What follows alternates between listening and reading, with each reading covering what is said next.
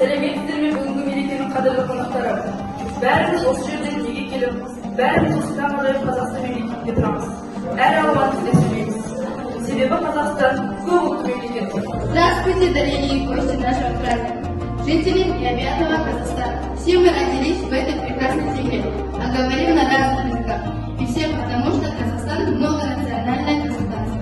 Сегодня мы празднуем День языков. Тілдер Мерекесі of our homeland. This new Kazakhstan. Hello us happy in this people era.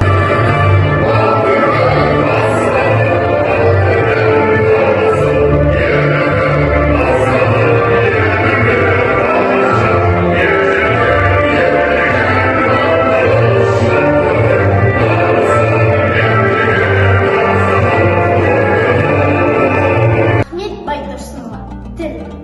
Тіл адамның адамдық еткен зоры. Жұмсайды қару бірі, жұмсайтын қару бірі. Егер де біз қазақ деген ұлтты сақтап қалуды тілесек, қарнымыз ашқанда ойлағанда тілімізді де қосып ойлауымыз қажет. Қазақтың авторы Мағжан Жұмабаев. Күш кемінді, айбынды, тұлғады, кеше батыр бүгін қорқақ болады. Ерікке ұмтылған ұшқыр жаны кісенде, қан суылған жүрек соғысы соғады. Қыран құстың қос қанаты қырқылды, күндей күшті күркілеген ел тынды. Асқар алтай алтын ана есте жоқ, батыр қандай асқан жандар ұмытылды.